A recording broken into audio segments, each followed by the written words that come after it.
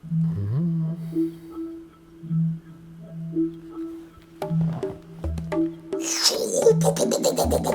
vais te défoncer! Non, c'est moi qui vais te défoncer!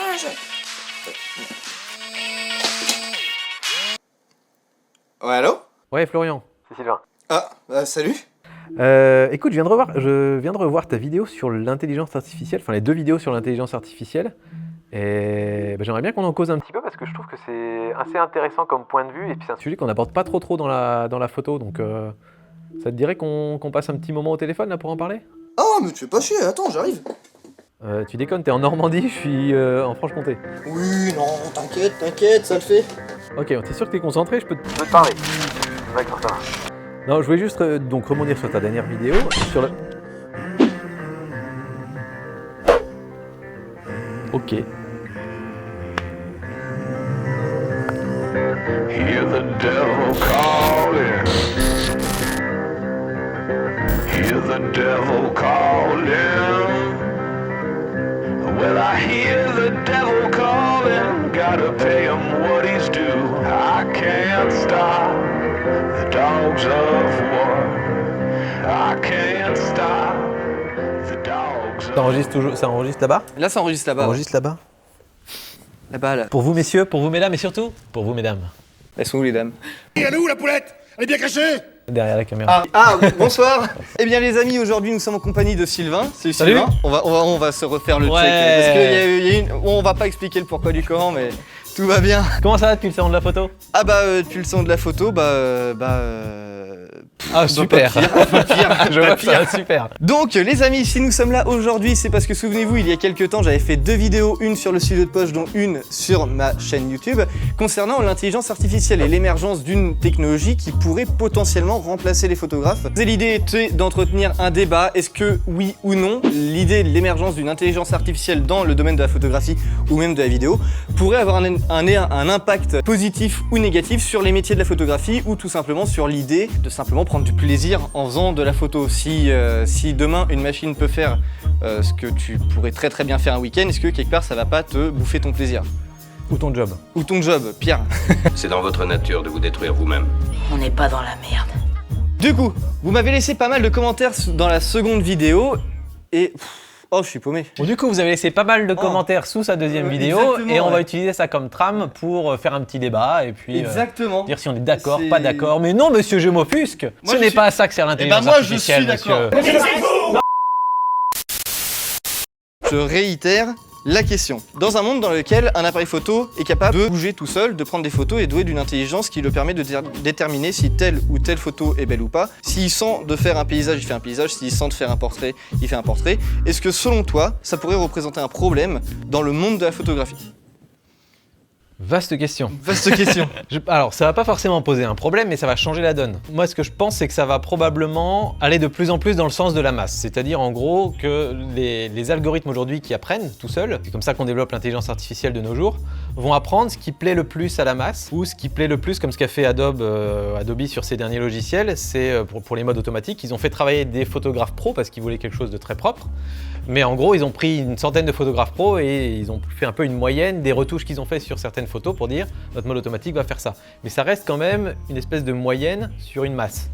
Donc je pense que ça va être parfait pour faire des photos qui vont plaire au plus grand nombre. Mais à mon avis, surtout toute la partie un peu artistique, sur le côté où justement on veut mettre notre patte, on veut faire quelque chose qui nous ressemble et qui ressemble à personne d'autre, ces algorithmes à mon avis vont rester nuls là-dedans. À part si vraiment tu as un algorithme qui est capable de créer 35 variantes possibles de le truc qui plaît au plus grand nombre au truc qui va à l'encontre de toutes les règles de la photographie et que tu choisis là-dedans, mais c'est un peu ce que tu as déjà avec les presets et on les utilise pas forcément tant que ça. Donc je pense que toute la partie photographie, artiste, etc. n'a pas trop de crainte à se faire à mon avis. Mais sur la partie photo de masse, Instagram, Facebook et compagnie, je pense que les algorithmes vont être de plus en plus présents. Ouais. Moi, je pense concrètement, pour reprendre ce que je citais à la fin de la seconde partie de la vidéo, je pense pas que ça va représenter un gros frein dans le sens où, quand tu regardes, si on compare à la peinture, on fait ça depuis la nuit des temps et il y a toujours autant de peintres à l'heure actuelle. Donc ça reste un plaisir et autant il y a les peintres à l'heure actuelle, il n'y en a pas beaucoup qui en vivent, mais au même titre que la photographie, s'il y a une émergence d'appareils photo qui se mettent à bouger tout seul et à faire des photographies tout seul, je pense que dans tous les cas, il y aura forcément des photographes qui continuent à faire ça pour le plaisir, d'un point de vue artistique ou au moins pour donner un référentiel, pour dire oui, moi je suis humain, je suis photographe et ça j'atteste, c'est une bonne photo, ça c'est pas une bonne Tu photo. crois que tu as toujours autant de peintres aujourd'hui qui vivent de la peinture que c'était le cas il y a 100 ans ou 200 ans? Non, je pense qu'il y en a beaucoup moins. Et est-ce que aujourd'hui, on est d'accord, c'est je trouve un beau parallèle, mais les peintres qui vivent de la peinture sont ceux qui sont le plus baignés dans le milieu artistique justement, qui vont essayer de mettre une intention derrière. Alors après, qu'on y croit ou pas à leur discours, hein, c'est autre chose, mais qui vont construire une histoire autour de leur peinture, autour de leur série de peintures, et qui vont réussir à vendre ça à des clients qui recherchent justement cette histoire pour raconter à leurs amis pendant les petits galas, etc. J'ai pas du tout un regard biaisé là-dessus. Moi je ne peins pas, donc déjà je m'en fous. Mais la peinture qui représente la réalité des choses, la peinture réaliste, aujourd'hui, elle a il y a 0 personne qui en vivent, quoi. Ouais. Alors du coup, pour rebondir avec tout ça, j'ai été choper des commentaires sous la seconde partie de la vidéo. Je crois que je l'ai déjà dit, je pense que je me répète, je l'ai peut-être dit 3 fois en plus. C'est que t'en as chopé beaucoup. Hein. Mais c'est que j'en ai chopé beaucoup. Alors effectivement, j'en ai chopé pas mal, mais je me suis contenté de prendre les plus courts. Pour la simple et bonne raison qu'au bout d'un moment, vous avez trop d'imagination les mecs. Vous êtes beaucoup trop créatifs. Du coup, je propose de commencer. Nous avons Berger Nicolas qui dit « Prendre des photos, pour moi, c'est sortir, profiter des extérieurs et de la nature. Si c'est pour être remplacé par un robot, ça perd tout son sens. » Effectivement, si c'est pour être remplacé par un robot, le concept de photo par plaisir n'existe juste plus du tout. En fait. C'est tu sors, mais pour tu prends pas de photos.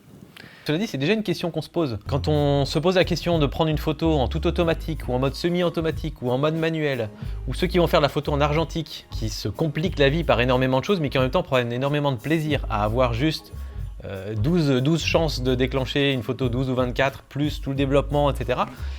Il y a cette notion de plaisir qui est impliquée là-dedans. Et on l'a déjà aujourd'hui, pas tous au même niveau, cette notion de plaisir. Ceux qui sont dans l'argentique sont vraiment à fond sur le process photographique.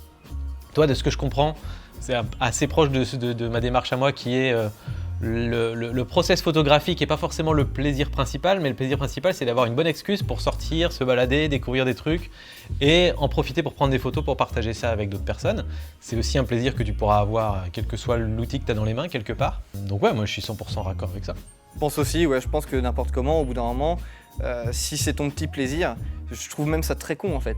Ça me semble inconcevable de remplacer un plaisir par une machine. Oui. Ou alors peut-être que tu prends du plaisir à regarder la machine faire. Un petit peu comme tu pourrais prendre du plaisir à regarder du porno, parce qu'en fin de compte, c'est pas toi qui fais. Tu regardes une vidéo.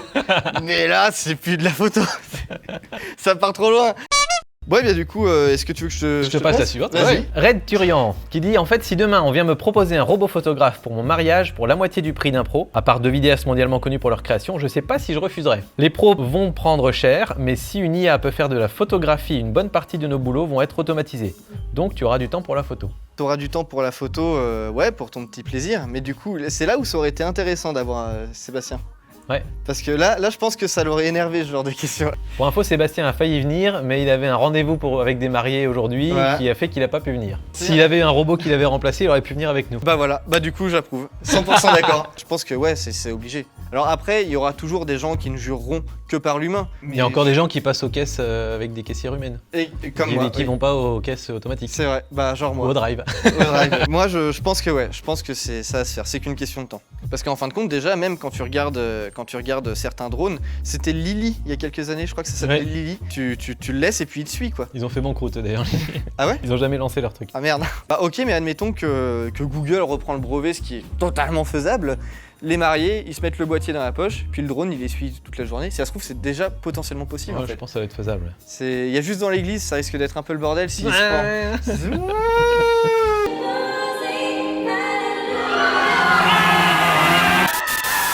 On a encore un problème de bruit sur les drones. Voilà, ouais. 2 mots, juste 2 mots. Machine learning. Ok, donc machine learning, quand on parle de machine learning, c'est effectivement ces algorithmes qui apprennent au fur et à mesure, en général sur la masse, hein, c'est ce qu'on disait un petit peu tout à l'heure, et qui du coup deviennent de plus en plus performants avec le temps. Donc ça, je pense que on est à peu près tous d'accord pour dire que c'est comme ça qu'on développe des IA aujourd'hui. Oui. La plupart du temps, c'est plus quelqu'un de super performant, super expert qui va construire quelque chose à son image. C'est plutôt une machine qui va analyser des millions de données, ce qu'un humain ne pourrait pas faire, et du coup, elle prendra beaucoup plus vite qu'un humain. Donc la conséquence de machine learning, ça veut juste dire les IA vont devenir très très fortes très très vite. Pour moi, c'est ça que ça veut dire. Mais après, très Donc fort. tu contribues potentiellement à l'effondrement de ma boîte. Je te remercie. On te remercie tous. Faut lui jeter des cailloux. Lui jette des Ouais. cailloux. Ouh, foiré. Notre part créative aujourd'hui, c'est choisir la compo, essayer de trouver déclencher les bonnes expressions chez nos sujets, etc. Et si demain, notre appareil photo est capable de trouver la bonne compo et déclencher des expressions sur le sujet, quelle est la part créative que tu vas développer pour continuer à garder une longueur d'avance sur la machine, quoi, en gros, et trouver un plaisir. Ouais, parce que puis là, je rebondis sur le fait de donner des émotions au sujet, enfin d'avoir un faciès. Faut aussi que le robot assimile que peut-être qu'un sourire, c'est plus sympathique que de faire la gueule. Ouais.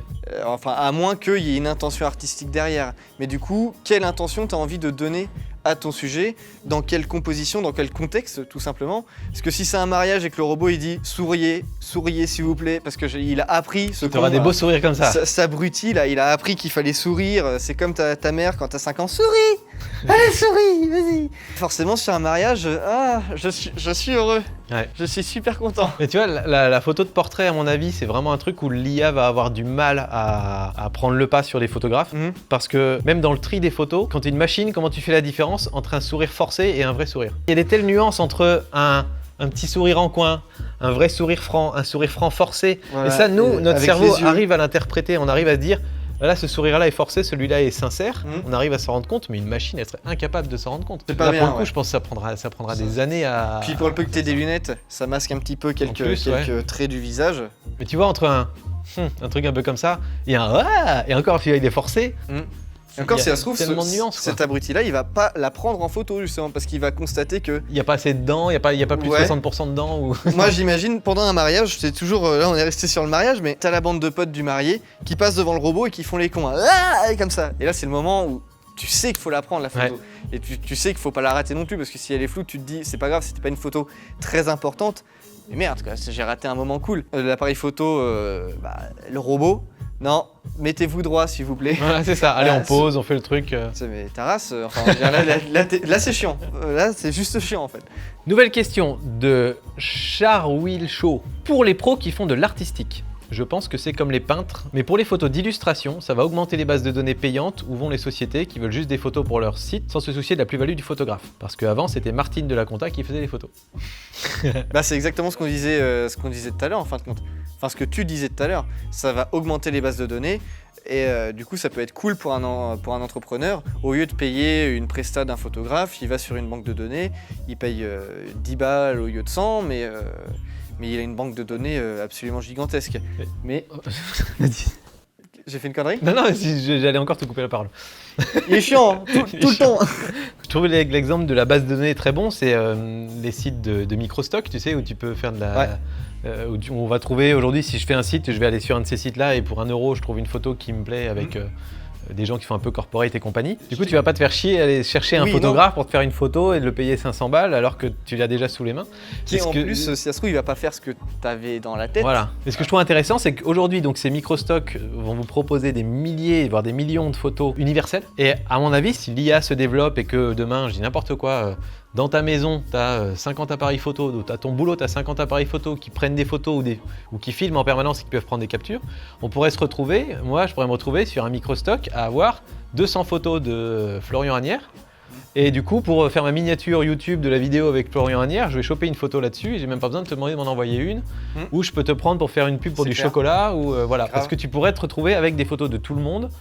Alors là, après, il y a des questions de données personnelles et tout ça, c'est encore autre chose. Mais ça pourrait, du coup, donner encore plus d'ampleur à ces bases de données-là.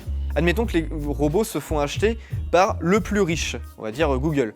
Si moi je m'inscris sur une plateforme sur laquelle je peux venir y déposer des photos, et des photos que tu vas pouvoir peut-être venir te servir si tu as besoin de faire une pub pour du chocolat, n'importe quoi, pour des miniatures YouTube, tu peux très bien aller dans la catégorie Florian Agnières, ok, mais Florian Agnières il va avoir fait, je veux dire une connerie, 100 photos. Et donc tu vas scroller 100 photos, ok. Par contre à côté de ça, il y a, on va dire Google, parce que c'est très bien Google, qui va avoir acheté 2-3 robots appareils photo qui vont parcourir toute la France. Ou alors un robot pour la France, un robot pour les États-Unis et un autre pour la Norvège. Voilà.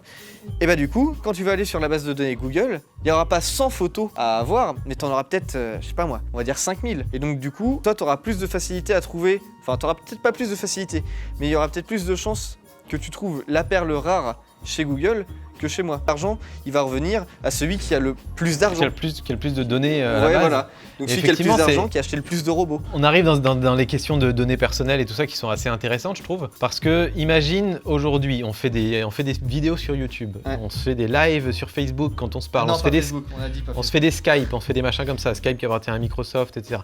On se fait plein de trucs comme ça, des WhatsApp et compagnie. On peut très facilement extraire d'une vidéo des photos.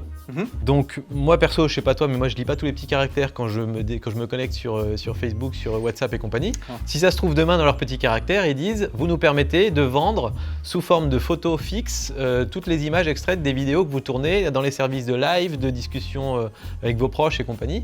Et d'un seul coup, bim, Google, Facebook et Microsoft se retrouvent avec des milliers, littéralement des milliers de photos de ma tronche, Mhm.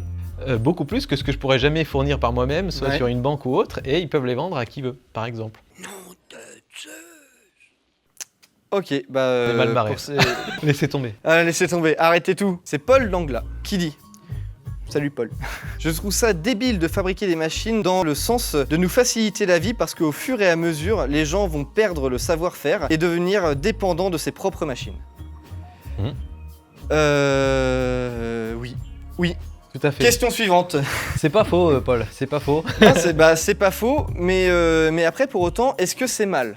Parce que moi, par exemple, pour répondre à ça, la technologie évolue et il faut savoir que le posemètre, donc l'idée de savoir si ton exposition est correcte ou pas, ça a été inventé pour te faciliter la vie et en fin de compte, ça sert énormément. Enfin, dans toutes les photos que tu fais, même en vidéo, ne serait-ce que pour un repère, pour que tu te dises « Ouais, j'avoue, c'est pas mal ». Le mode priorité à l'ouverture, qui va déterminer une vitesse d'obturation suffisante pour faire en sorte que toi tu gères juste ton ouverture et tes ISO, puis il va se démerder tout seul, et ça a été inventé dans l'optique de te faciliter la vie.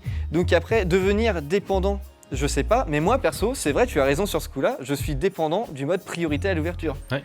Il n'y a que en vidéo que j'utilise le mode manuel. Parce que en général, soit j'ai pas besoin de faire grand chose, soit je fais de la fiction et du coup, selon les schémas de lumière, j'ai besoin de recaler mon image. Mais c'est vrai que j'en suis tombé dépendant du mode priorité à l'ouverture. Je me vois plus gérer un obturateur. L'idée de gérer un troisième truc en plus des ISO et de l'ouverture, limite ça m'emmerde en fait. Ça me fait chier. Donc dépendant de la technologie, plus ou moins oui, mais devenir dépendant d'un robot qui va faire les choses à ta place, je sais pas quand même. Je sais pas si tu peux devenir dépendant. En fait, Peut-être pour moi, une société va devenir dépendante de ses outils. Le danger, il est, est-ce que tu as la possibilité de continuer à prendre cette décision toi-même ? Aujourd'hui, comme tu le dis, tu as la possibilité de te mettre en manuel.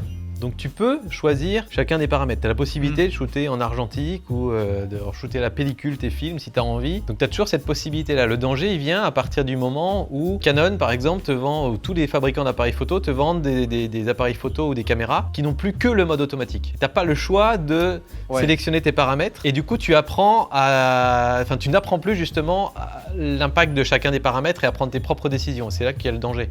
Mais tant que tu as la possibilité d'aller en manuel, ça devient une décision personnelle de te dire soit je me facilite la vie avec cet outil, soit je veux choisir tous mes critères moi individuellement et voilà. Donc si demain tu as un outil qui te dit tu as un capteur de 200 mégapixels et l'appareil photo est capable dans ta scène de choisir le cadrage de 40 mégapixels qui est parfait, la composition parfaite, tant que tu as le choix de te dire non je veux moi choisir ma compo, je désactive cette option, il n'y a pas de souci, tu peux toujours le faire. Par contre, c'est toujours bien d'avoir des options supplémentaires, des trucs automatisés, etc. Mais tant que tu as le choix de retourner en arrière, pour moi, ça va. La dépendance, elle arrive à partir du moment où tu n'as plus le choix de retourner en arrière et où ton truc fait tout automatiquement. Et là, t'es baisé, quoi. Est-ce que tu penses que ma braguette ouverte se voit? Je l'ai remarqué pendant que tu étais en train de parler, et merde, quel con. Non, ça va. Oh, si, en fait, ouais. Faut l'assumer, faut l'assumer. J'ai un slip avec des cœurs et je l'aime. À vous les studios. A few moments later. À la question est-ce que ça me ferait arrêter de faire des photos? Non. Il y a une chose que les robots ne pourront jamais restituer, c'est le message et l'émotion du photographe. Mes photos de famille sont des morceaux de ma mémoire, je les ai prises et choisies pour leur message. Je ne pense pas qu'un robot pourrait choisir pour moi, et quand bien même il le ferait, l'émotion ne serait pas la même. Signé Jérémy. C'est beau ce que tu dis, Jérémy. Moi je suis 100% d'accord avec, et pour autant, c'est un des moments pour lequel je kifferais avoir un robot qui fasse des photos pour moi. Je vais développer. C'est vrai, faire des photos de famille, partager du temps avec sa famille, c'est un moment qui nous appartient. Et l'idée de refourguer ça à une machine, c'est un petit peu comme si tu laissais la machine s'approprier tes souvenirs, selon ce que tu... Enfin, comment tu l'interprètes. Moi, je l'ai compris comme ça. En gros, tu laisses la machine à interpréter tes souvenirs. Que peut-être que toi, tu l'aurais pris d'une manière différente, avec une colorimétrie différente, tu aurais fait un tri différent. Tu aurais peut-être privilégié, admettons que ce soit l'anniversaire, on va prendre la photo où le gamin il crache sur le gâteau en soufflant sa bougie. Voilà. Peut-être que tu aurais choisi la photo où la flamèche est légèrement penchée plutôt que si elle était complètement coupée ou encore allumée. Voilà. Pour autant, moi, ce que je kifferais, c'est justement passer ce moment avec on va dire que c'est un garçon, avec ce petit garçon qui souffle sa bougie. Je kifferais prendre mon moment et regarder avec mes yeux et justement laisser dans ma mémoire. L'appareil photo, il prend ses photos de toute façon. Faut pas oublier qu'en 2018, qu'on soit clair, les photos, à moins qu'on les imprime, on les regarde plus, quoi. On les regarde pas. La plupart non. C'est triste à dire, c'est un constat, mais et quand bien même si elles sont imprimées, moi les albums photos chez mes parents où je suis gosse, où il y a mes frangins, où on est même un peu plus grand, ils sont en train de prendre la poussière, on les regarde pas vraiment. À moins que ce soit des photos imprimées sur le mur, on s'en fout, donc autant peut-être garder ça dans le souvenir, et au lieu de faire le petit technicien en mode alors attends là, parce que là il n'y a pas beaucoup de lumière, parce que l'autre là elle m'a baissé les projets, on voit plus rien. Du coup, je vais mettre un 4, je vais chercher le 50, hop, parce que là, 18,55, c'est de la merde. Ouais, non, c'est chiant. Voilà, c'est chiant. Là, t'as perdu du temps avec ta famille. T'as loupé 5 minutes de souvenirs. T'as perdu du temps avec ta femme, ou ton homme, ton enfant, ton fils, ta fille. Enfin, c'est un moment, du coup, que t'as pas vécu, parce que t'as fait ton petit technicien en famille. Et du coup, t'as perdu du temps, t'as perdu 5 minutes. Mais c'est 5 minutes que tu aurais pu passer avec ton petit garçon ou ta petite fille. Et ça, là pour le coup, autant c'est vrai, je suis d'accord, c'est des moments qui t'appartiennent, mais dans la mesure où t'as une petite chance de revoir ces photos que lors du mariage de ce petit garçon, où tu vas dire tiens, je vais faire un petit diapositif un peu cheap parce que c'est la mode, et je vais y mettre des photos de lui petit, comme ça ils vont tous chialer. C'est original en plus. Ah, c'est très original, et c'est breveté, hein. Me piquez pas l'idée. Hein. Et bah voilà, c'est le seul moment où tu vas regarder ces photos, donc qu'est-ce que t'en as à foutre quelque part que ce soit une machine qui l'ait pris. Enfin, moi, du coup, c'est comme ça que je sais pas. Je pense que c'est un petit peu plus subtil que ça. Je suis dans l'idée, globalement, je suis d'accord avec toi. Il y a d'ailleurs une étude récente qui a été faite par des scientifiques qui se sont rendus compte que si on demandait à des gens de regarder une œuvre d'art et qu'à côté de ça, on demandait à des gens de prendre une photo de l'œuvre d'art puis de la regarder, ceux qui avaient pris la photo se souviennent moins de ce qu'ils ont vu que ceux qui ne l'ont pas prise. Ah ouais ? Ouais. Hein ? Et parce qu'il y a un mur en fait, dès qu'on se met derrière un appareil photo, il y a un mur. C'est pour ça aussi que les photojournalistes arrivent à aller photographier des scènes de guerre sans être... Enfin évidemment ils sont impactés mais moins fort. Souvent ils se disent j'ai l'impression d'être protégé derrière mon appareil photo. C'est aussi pour ça que on va faire appel à un photographe de mariage plutôt que de demander à un témoin ou à un ami de faire des photos. Parce que si celui-là il est missionné pour faire des photos pendant le mariage, on sait qu'il ne va pas en profiter du mariage. Pas du tout. Hein. Donc voilà, je suis tout à fait d'accord avec toi là-dessus sur le fait de vivre les moments et garder les émotions pures pour vous entre guillemets. Et effectivement moi demain si tu me mets une caméra 360 au milieu de la table qui va tout capturer en vidéo et qui à la fin le soir me dit bah tiens voilà 20 photos que je te propose, laquelle tu veux garder et si ces 20 là te conviennent pas je te repropose 20 autres etc. Enfin tu vois un truc où je peux quand même choisir à la fin, je ferai ça 99% du temps. Mais je comprends aussi ce que tu veux dire dans ton commentaire sur l'idée de si demain moi ma machine 360 Google qui me fait mes photos tout seul, quand je vais partager cette photo là que la machine a prise, j'aurai pas du tout le même plaisir que si c'est moi qui ai appuyé sur le déclencheur. Je sais pas si tu vois l'idée, c'est qu'il y a le côté, quand on prend une photo soi-même, il y a un vrai plaisir à le partager après. Parce que tu montres qu'il y a une intention, en fait c'est l'intention du photographe quelque part. Ouais, mais alors à ce compte-là, est-ce que tu es obligé de la prendre pendant un moment de vie ? Est-ce qu'il vaudrait pas mieux consacrer tout un moment pour faire le petit technicien ? Après c'est vraiment un choix. Moi je fais beaucoup de parallèles dans plein d'autres situations, mais en photo de paysage, c'est exactement la même chose. Il y a 10 ans, j'avais horreur des appareils photo et je crachais sur tous les photographes d'ailleurs. Dès que t'arrives à un point de vue, tu sais, t'arrives à un bel endroit en rando ou je sais pas quoi, il y a un beau point de vue. Et ça m'énervait de voir tous les gens qui étaient là derrière leurs appareils photo à photographier. Je disais mais putain, mais profitez du lieu, imprégnez-vous, machin. Maintenant, je suis le premier à prendre des photos quand je suis là-bas. Mais je fais attention aussi à prendre un temps pour profiter du lieu. En général, j'essaie de le faire avant de prendre la photo. Mais j'essaie d'avoir les deux émotions en fait. Et je pense que c'est un petit peu ce que veut dire Jérémy. Je pense que ça veut pas dire qu'il va rester tout l'anniversaire ou toute la fête derrière son appareil photo. Mais si tu as la possibilité de profiter du moment Et en plus de faire des photos toi-même intentionnellement et de les partager, c'est pas mal quand même quoi. À la fois je comprends ce que veut dire Jérémy, mais en même temps, pour certains moments, je suis complètement d'accord avec toi.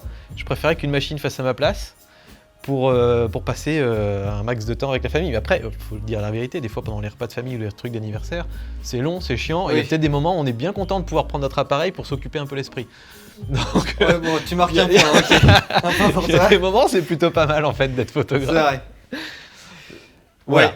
Là, c'est JL Photographie. C'est pas une question, c'est plus une réflexion. L'IA doit aider le photographe, pas le remplacer. Là où je trouve ça intéressant et qu'il faudrait se méfier, c'est imagine que l'appareil photo est intelligent. Il marche pas, par contre il te cause, il te parle. Je pense que ce serait le pire truc à faire. Imagine, à l'heure actuelle, pour faire des photos, on a YouTube, on a des cours particuliers, on a des cours en ligne, il y a des associations, il y a un petit peu de tout et n'importe quoi. Si on y greffe un programme, un logiciel dans l'appareil photo qui va te dire je te conseille de te mettre plus comme si, je te conseille, il existe quelque chose qui s'appelle la règle des tiers, je te conseille de mettre la ligne de ton paysage au premier tiers, je te conseille de mettre l'arbre sur le... Je pense que ça pourrait être le truc le plus relou du monde. Imagine il te parle, il te fait t'es sûr? Oui, non, je sais pas. Il te faut le doute là, où Mais tu ouais, partais dans une voie et il va te dire non, t'as tort, là, attention. Qu'est-ce que ça pourrait donner à ton avis? Je pense que ces outils-là pour les apprentis photographes, c'est génial. Avoir une aide pour dire bah tiens, sais-tu que la règle des tiers existe, là tu l'as pas respectée, etc. Maintenant, c'est le genre d'option, encore une fois, si on peut la désactiver, c'est très bien. Et quand t'as un peu roulé ta bosse en regardant des milliers de vidéos YouTube, parce que quand même c'est le meilleur moyen d'apprendre la photo, on est d'accord? Ah bah oui, surtout chez Full Frame. Et donc du coup, tu désactives cette option et après tu t'embêtes plus. Donc encore une fois, Oui. c'est une aide supplémentaire que tu peux avoir. Si c'est imposé, c'est lourd. Oui, si c'est imposé, ce serait vraiment lourd. Moi, je fais partie des gens qui coupent la voix du GPS, alors ça n'a rien à voir, mais qui coupent la voix du GPS en mode tais-toi. Franchement, Arrête. ferme-la. Imagine l'appareil photo, bon là, c'est vrai que je pars un petit peu dans le délire, mais imagine l'appareil photo, vraiment limite, il te parle d'un ton arrogant. Là, il te fait, mais je veux dire, t'as de la merde dans les yeux ou c'est cramé là? C'est cramé, c'est. Ce serait drôle blanc. qu'il te parle comme un Florian ou comme un Arnaud Thierry, tu sais, qui disent putain, mais tu fais de la merde là. Non mais grave, l'intelligence artificielle qui serait tellement poussée que vraiment il y a presque Ce serait une trop âme qui drôle. s'en dégage. En mode mais tu vois pas là que ton ciel il est blanc, il est cramé ton truc là, il t'engueule, t'es en train de faire ta photo. Non, moi Ça, ce serait cool. Ça, je l'activerais celui-là. oh là là, ouais pour troller, Ouais. ce serait sympa, mais imagine c'est bloqué le truc. Il y a un bug et le truc il se bloque, il veut plus se retirer. Oh là là. N'empêche, t'as un business là. Le business, c'est que tu lances des voix de GPS qui te parlent, qui t'insultent en fait. Ça serait trop drôle. Imagine l'appareil photo, il t'engueule, t'as pas l'impression que tout est jaune là, ta balance là. Oh putain, va crever salaud. En fait, c'est les fabricants d'appareils photo Ouais. qui vont mettre ça pour qu'on casse plus d'appareils et qu'on en achète plus après. Théorie du complot. Mais ce que j'aime bien dans ton parallèle, c'est le parallèle avec le GPS. Parce que là, pour le coup, le GPS, c'est vraiment un domaine dans lequel l'intelligence artificielle est présente tout le temps. Et il y a 20 ans, c'était pas le cas. C'est-à-dire qu'il y a 20 ans, enfin pour moi plutôt il y a 5 ans parce que j'ai mis beaucoup de temps à m'y mettre au GPS, on sortait une carte avant de partir, on regardait sur la carte notre itinéraire, on se disait ok, je prends pendant 25 km je prends ça, je note que je prends la sortie 18 après, ensuite je prends un national 252, ensuite je tournerai à gauche après le patelin machin. Je sais pas toi, mais quand aujourd'hui ton GPS te paume, tu es perdu. Oui, Moi, ah bah oui, c'est. j'ai une théorie du complot. J'en ai pas beaucoup Ah, des théories vas-y, complotistes, vas-y. mais j'en ai une. Je sais pas si ça t'arrive, moi mon GPS c'est Google Maps. Et régulièrement, tu fais ta route, tu dois suivre une nationale pendant 200 bornes. Et à un moment de la nationale, il te dit prends à droite, tu pars sur un chemin de terre, tu fais 2 km et demi et il te ramène sur la nationale. Et tu te rends compte qu'il n'y avait pas de travaux ni rien. Et moi je pense que c'est Google qui teste jusqu'où on est des moutons et jusqu'où on suit ce qu'il À nous quel dit. point on est con. Et en gros il dit tiens là il était suffisamment con pour aller sur le chemin de terre, la fois suivante je vais pouvoir mettre un coup de plus. Ouais, tu vois. grave. Et Un level. n'empêche, quand ton GPS te paume, ou quand ta carte se met plus à jour et tout ça, et que tu as suivi le GPS depuis le début, t'es à la ramasse, tu sais pas où tu vas. Ah ouais, t'es dans Alors la que, merde. entre guillemets, avant, avec les cartes, ouais, c'était mieux avant, avec les cartes, tu savais exactement où t'allais, t'avais des idées de direction générale, t'avais des idées que t'allais plutôt vers l'est, machin, tu faisais peut-être un peu gaffe au soleil et tout. Je pense que moi, je ressens vraiment maintenant une dépendance au GPS. Peut-être qu'on ressentirait une dépendance à l'appareil photo qui nous parle. Et je pense qu'il y a un risque quand même. L'appareil photo qui te dit je serais toi, j'aurais mis à 1,80e l'expo. Ouais. Ça me semble un peu ledge. Ah bon, très bien. Oui monsieur. J'ai regardé mon téléphone et je crois que l'inévitable est arrivé. Ah, il est L'inévitable mort. est arrivé, mais en même temps, ça fait plus d'une heure là. On y a plus d'une heure. Donc j'ai un montage à faire. Hein. Bon, écoute, je pense que ça signe la fin de cette vidéo, de ce débat, à moins que tu aies quelque chose à rajouter, quelque chose qui pourrait Bah. éventuellement te tenir à cœur par rapport à ce débat. Non, c'était cool. Je pense que c'est intéressant de garder un peu ses chakras ouverts là-dessus. De se dire que ouais, l'intelligence artificielle, soit on peut s'en moquer aujourd'hui, parce que nous on maîtrise d'une certaine manière nos appareils photo d'aujourd'hui et se dire bah, tout ce qui est un peu automatisé, IA, machine learning, etc., c'est entre guillemets pour la masse des gens qui savent pas faire. Enfin, on peut être un peu dédaigneux, je pense, vis-à-vis de ces Ouais. trucs-là. Je pense que c'est un danger, justement, de pas voir le truc arriver et de pas apprendre à s'en servir. Comme les cartes et les GPS. Comme les cartes et les GPS, Non, tu mets j'ai une été un carte. vieux con pendant 15 ans à me dire jamais je prendrai un GPS parce que pour moi il y a que la carte qui compte. Voilà, c'est un peu pareil. Et je pense que tu vois, rien que de tourner cette vidéo, ça me fait réfléchir à ce petit boîtier qu'on monte sur notre appareil photo qui sélectionne les bons réglages pour toi en fonction de s'il détecte que c'est un portrait, un paysage ou autre. Peut-être qu'un de ces quatre, faudrait le tester et voir ce que ça change dans ta façon de faire des photos. Ouais. En gros, c'est ça. Expérimenter, tester et puis vous verrez bien. Mais essayez de pas prendre des décisions juste sur un a priori en fait. C'est juste ça Ouais. qui est débile, c'est de prendre des décisions sur des a priori. Je pense que le principal, c'est de garder sa liberté, d'avoir envie de faire ce que tu as envie de faire à l'instant T. Et si tu as envie d'aller faire du paysage avec un vieil appareil photo, un vieil appareil photo, on va dire un appareil photo qui ne dispose pas des technologies d'intelligence artificielle et tout ça, et bah au moins, pour terminer sur une phrase de beauf, bah, ça te fera la bite. Sylvain, je te remercie de t'avoir prêté au jeu, d'avoir participé au débat. Est-ce qu'on a élevé le débat là-dessus? J'en sais rien. On est au moins Est-ce là. qu'au genou. Dites-nous dans les commentaires ce que vous en avez pensé. Est-ce que selon vous, ça remet en question la question de base? Est-ce que ça représente un danger ou pas? Est-ce qu'on peut vraiment parler de danger à proprement parler? Je pense qu'à travers cette vidéo, on a démontré que non. Est-ce que au contraire, ça peut être vachement bien, ça peut, à force d'y réfléchir, ça peut être plutôt bénéfique? N'hésitez pas à mettre tout ça dans les commentaires. Je te remercie d'avoir participé à tout ça. D'ici là, je vous dis à la prochaine pour de nouvelles vidéos. N'hésitez pas à nous rejoindre sur les divers réseaux sociaux, à rejoindre Sylvain sur la chaîne Mon Petit Réflexe. Ouais. D'ici là, je vous dis à la prochaine pour de nouvelles vidéos. N'hésitez pas à cliquer sur la cloche, à mettre le pouce bleu, à vous abonner. Et d'ici là, je vous fais des bisous. Allez, salut! Ciao.